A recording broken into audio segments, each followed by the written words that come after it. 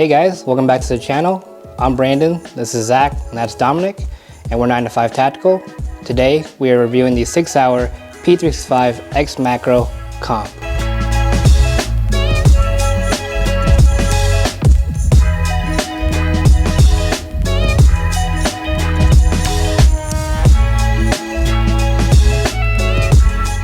The Sig Sauer XMacro comp is a compensated semi-automatic pistol.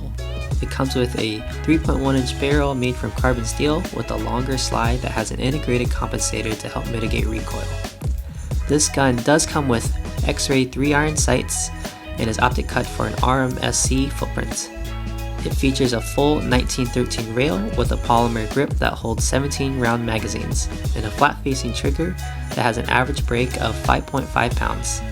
The overall dimensions of the gun is 6.6 inches in length, 1.1 inches in width, 5.2 inches in height, and 21.5 ounces in weight. Alright, from the store, you'll receive it within a hard case. You'll receive two 17-round magazines, a speed loader for the magazines themselves. With that, you'll get 3 interchangeable back straps, small, medium, large. You will get a key and lock for your gun, and also a manual to clean and lube your gun. For our reviews, we have a 10 review point structure where we score from 1 being the worst and 10 being the best. Each of us will go through these and give our own score. Towards the end, we'll come together and combine our numbers and get an overall average score for the channel. As for our review points, we will have box value, ergonomics, trigger, sights and optic compatibility, magazine capacity, felt recoil, weapon handling, comfort and concealability, aftermarket support, and price. For the first category, what is the value of everything out of the box? So personally, I gave it a 6. And the only reason being is because it comes with 2 magazines, which I do like, but I always prefer a third one instead. It came with this mag loader that I guarantee almost no one uses, so I'd actually just get rid of this, and I would always prefer 3 mags instead. Everything else comes in the box, the lock, manual, everything is perfect. I do love how it comes with the hard case, but it is not necessary for me because I'll probably never put it back in there anyway. So my score is a 6. For the value coming out of the box, I gave it an 8 out of 10. It was really nice to have 2 magazines, but I do wish there was 3, if not 4 magazines. It does come with a speed loader, which is really nice. When I first started, I didn't have a speed loader when I first started in the firearms. And it does come with 3 interchangeable back straps, which is really nice. I found out that medium was really nice. I had to switch between either large or medium, and I found the medium was really nice. It does come with a hard case, and I do like that if whenever you want to like transport your firearm anywhere you want. So yeah, 8 out of 10. My thoughts were, what came in the box was pretty average. Came with 2 17-round magazines. A speed loader you'll probably end up swapping out for like some Up Lulu one because these are not the easiest to use, and the gun itself. So with that being said, I gave it a score of 7 out of 10. So next, we're going to talk about the ergonomics of the gun and how it feels in your hand. I have small and medium hands. I think it feels pretty well and it merges in my hands quite nicely. I like the sandpaper texture, but I do wish it was a little more aggressive for duty style. I am able to hit the mag release and the slide release with my thumb, and yeah, I gave it an 8 out of 10. So my thoughts on the ergos, I thought the grip angle is good, the grip texture is decently aggressive, not overkill. I do wish just slightly more aggressive. That's just my own personal taste. I didn't feel that it was rubbing on the inside of my stomach when concealed. The width is very concealable. I do wish it was a little bit wider. I do have rather large hands, as you can see. It does cover up most of the support hand side. So when I do marry, I just have very little bit of room to get attached to it. With that being said, I gave it a 7 out of 10. So for me, I have some fairly small hands, so this grip actually works perfectly for me. I'm able to get a really high grip, no problem. My hand goes all the way around, and it still gives me plenty of real estate to get a married grip on there just fine. The grip texture is actually a little bit on the smoother side than what I would like. I would prefer a more aggressive texture, but I do understand it is for concealed carry, so I'm okay with that. Next, the beaver tail. It has a pronounced beaver tail right here compared to the other 365 models on the lineup, so then it really helps you get in there and get a high purchase every single time you go for a draw. And lastly, the grip angle is very similar to that of a 1911 to 2011 platform, which I personally carry 2011 right now, so it is a very natural point of aim for me. So I gave it a 7 out of 10. Okay, so moving on to the third topic, the trigger. I'd say this is probably fundamentally one of the most important parts of a gun to me. There are some guns I've shot before that have had terrible triggers, but everything else seems pretty good. Now, the trigger here has a decent amount of pre-travel, fine wall, and then squeeze through the wall, and it breaks through about 90-degree angle. And the reset is not terribly long, not terribly short like a 2011 either. For me, I found that my trigger was actually at a 90-degree angle despite having larger hands. However, the trigger is not as crisp as I like it to be. It is kind of a roll-through break, I feel like. So not as much feel, not a crisp break that I prefer. Personal preference kind of thing. But with that, I decided to give it a 6 out of 10. So the trigger is very good. It breaks right at that 90-degree angle mark, which is very predictable for a first shot. It has a very audible click for a reset. The problem I found for the reset though is that it's a little bit too far out for me, so I did find myself having trigger freeze out in the range, which isn't too big of a deal. I think that could be trained out honestly, so it's not too bad. The trigger weight is a little heavy from what I would like personally. I would like for around that 4-pound mark for my concealed carry, so that's a point that I'm not too big a fan of.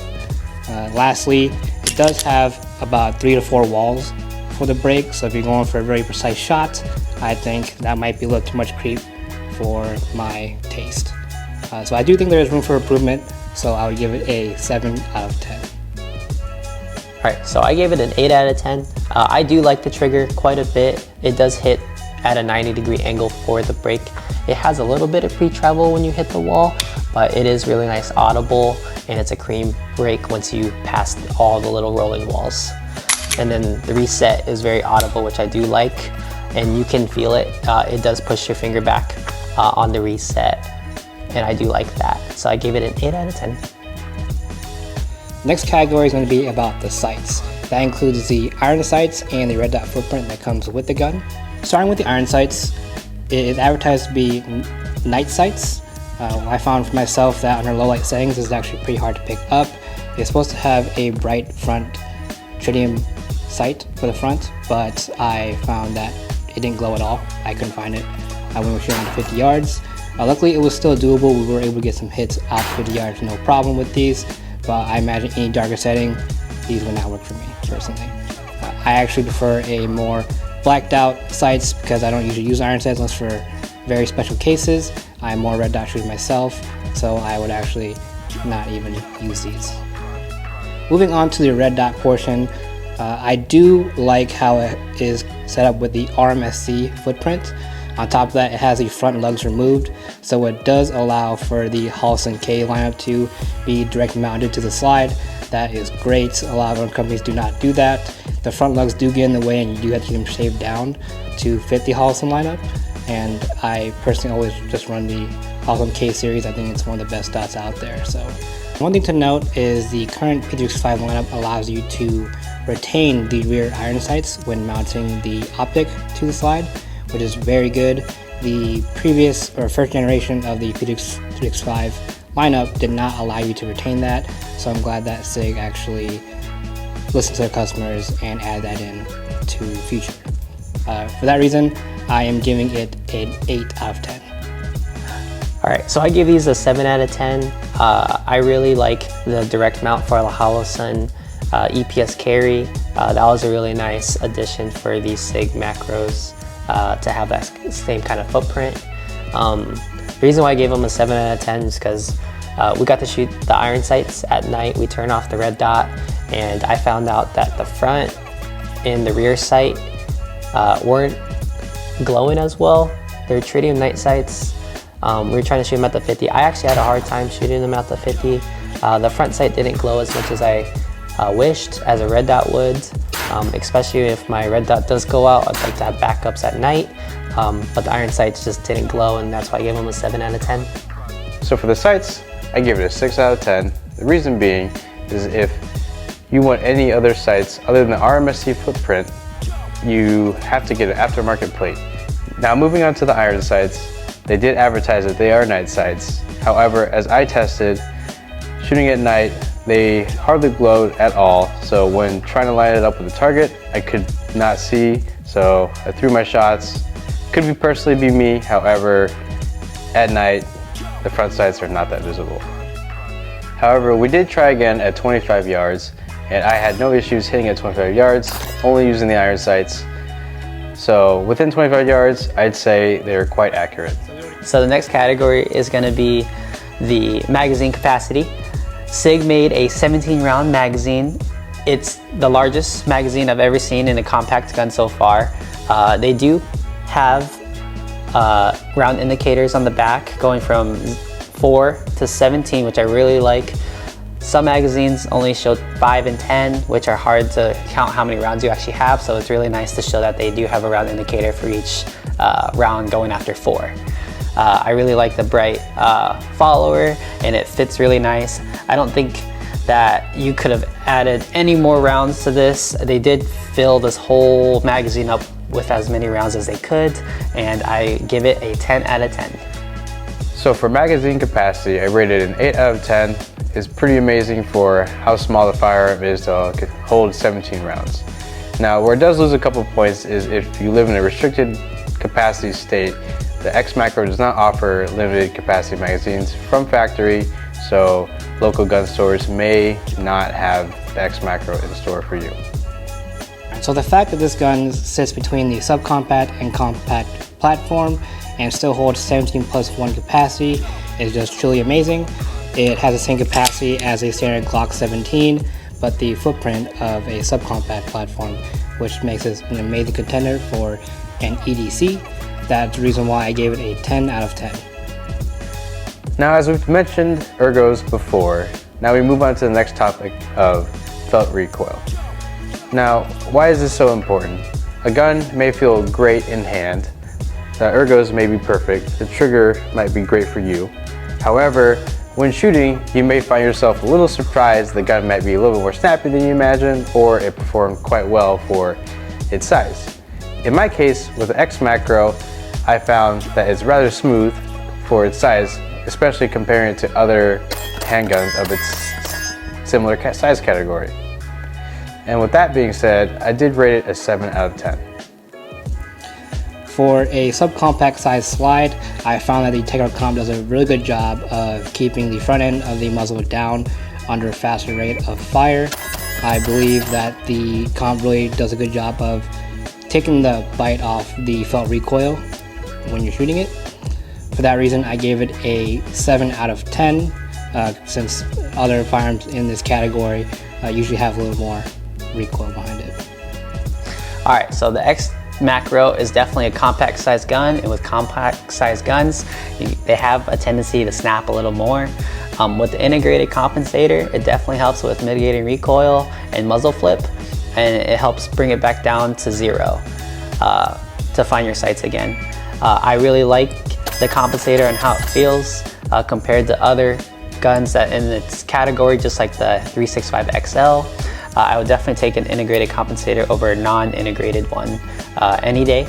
I give this score 8 out of 10, and yeah, I really like it. Alright, so for the next category, it's going to be weapon handling. Weapon handling is basically the same as ergos, but the use of everything under stress. That includes the mag release, the slide release, the front serrations, rear serrations, and the mag well. So the good note is with my small hands, I'm able to reach the mag well and the slide release without breaking my hands much, or my grip much. So for you fellow short kings out there, you may be in luck here.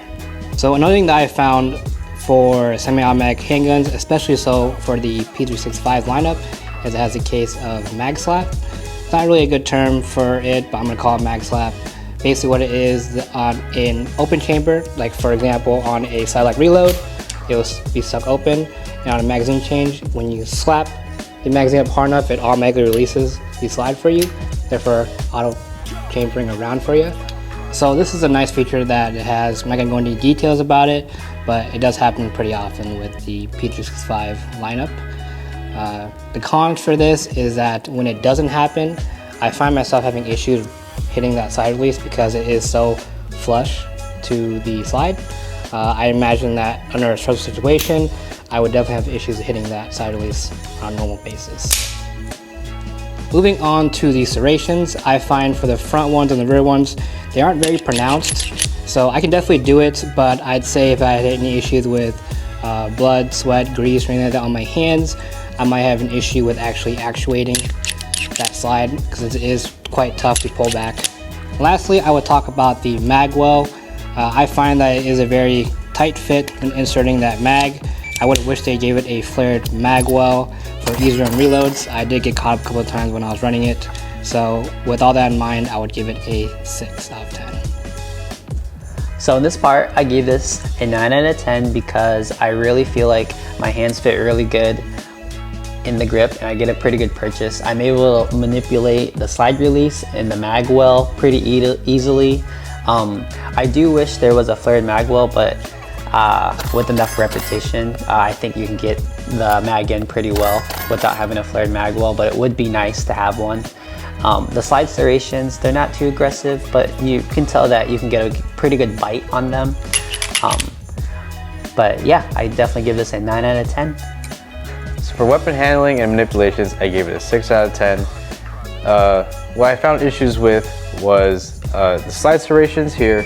They are not as aggressive as I like them to be. I often found my hands slipping off while trying to rack the slide under stress. Another issue that I found was the mag release. I, when reloading, could not induce the Sig slap or the magazine slap where the slide automatically racks forward when inserting the magazine really hard. So when hitting the slide release for me, my thumb would often just fly off or like push down and nothing would happen. The only thing I really did like about under weapon manipulations was where the mag release is. Where it's placed for me, I did not have to find myself having to break grip. So that's probably the only pro that I had for the handling. Alright, so next we're going to talk about concealability and how it fits on your person. If it's going to be printing too much, or if it's comfortable, or if it starts stabbing you in certain spots you don't want to be stabbed. That's how we're going to rate it. For this category, I rated it an 8 out of 10. The XMacro is a compact gun and close to full size on the full side, but I do think it's okay to conceal if you're a medium-sized person. If you're a smaller person and may have a little tummy, you might have a little problem with this, or wearing tight shirts. It definitely depends on what holster you carry and what kind of shirts you wear. But if you find the right clothing, you're definitely able to conceal this. I give it an 8 out of 10. I do wear a little baggy clothing, maybe one size up, and I do find the right holsters to be able to conceal this a lot better. So yeah, 8 out of 10. So concealability for me was rather easy. I often didn't find myself needing to dress around the XMacro.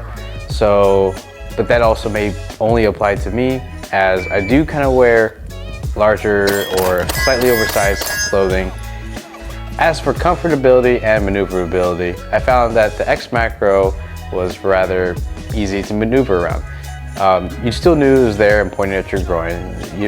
Most firearms are probably never gonna have that, not feel it there. But as for me, I didn't feel like it limited my movements as of, tying my shoes, picking up something I dropped on the ground, etc. With that being said, I rated this category an 8 out of 10. Alright, so for this gun, I found that it just completely disappears from me. With the right belt setup and the right holster setup, you have no issues with printing whatsoever. I use the 100 Constantine carry belt paired along with the QVO Wingman holster, and I had literally no issues with concealability or comfortability at all. So for me, it is getting a 9 out of 10. As we move on to our next category here, we are going to discuss the aftermarket support. This is a pretty important category where most people do end up modifying their guns, whether that be for personality or for potential performance gains. The Sig XMacro in particular does have FCU design, which does allow for interchangeable grip modules. There are many brands and manufacturers out there that make those for Sig due to its popularity. With that being said, the Sig XMacro's amazing modularity, I gave it a 7 out of 10. So with the serialized FCU in these firearms, you can really change out everything because the entire FCU comes out and you can swap out everything from the grip to the trigger, the slide. I mean, this completely whole new gun fitted custom to your hands. Some great companies out there doing some amazing work for these would be like Icarus Precision, Mischief Machine, Tyrant CNC, and the list just goes on and on. So for the aftermarket support of the XMacro, I am going to give it a 10 out of 10. So for the XMacro, you're able to change out any part you want besides the FCU. It's like building Legos for adults. You're able to change out the grip, the slide, the barrel. You can even put a custom port if you wanted to on this. You can change the trigger. You can change anything you want out of this, and I think that's really great for the SIG community. There's a lot of aftermarket websites. And yeah, I gave it a 10 out of 10. They're really awesome, and I definitely love the aftermarket parts for the SIGs. All right, and for the last category is the price. So the XMacro comp is sitting at $799 MSRP, which in my opinion is a little bit too steep. At that price point, you are definitely breaking into the full-size performance category. There are a lot of other ones that I'll compare to, like the Glock 19, the Canics, the MMPs. They're all much cheaper than this, so it's pretty hard to justify that $800 price tag. So for me, it's getting a 4 out of 10. All right, so with the XMacro being at $800 MSRP, you do get two 17-round magazine capacity and an integrated compensator. I know it's a little steep for what that price is. I do wish it was around the $650 to $700 range for a little budget gun kind of, and I give it an 8 out of 10. So for the price, I gave it a 5 out of 10. Now at $800 is pretty steep coming in, as it's just a compact striker fired pistol. Now after getting a quality red dot, quality holster, adding those up, you're into the low 4 figures. Now as someone who looks at price and anyone who wants to get into this firearm as like maybe their first carry or they're newer to the EDC world, this would probably steer most people away. I know it steered me away, so that's where my rating comes to a 5. So to conclude, we came up with our final scores. I gave it a 74 out of 100, Zach gave it an 84 out of 100, and Dominic gave it a 67 out of 100. So the cumulative average that came out was a 75 out of 100 total. That concludes our review on the Sig XMacro. If you did enjoy our video, please leave a like, share, and subscribe. And if you didn't, please leave us some feedback in the comments what you'd like to see. We'll see you in the next one. We'll see you in the next one.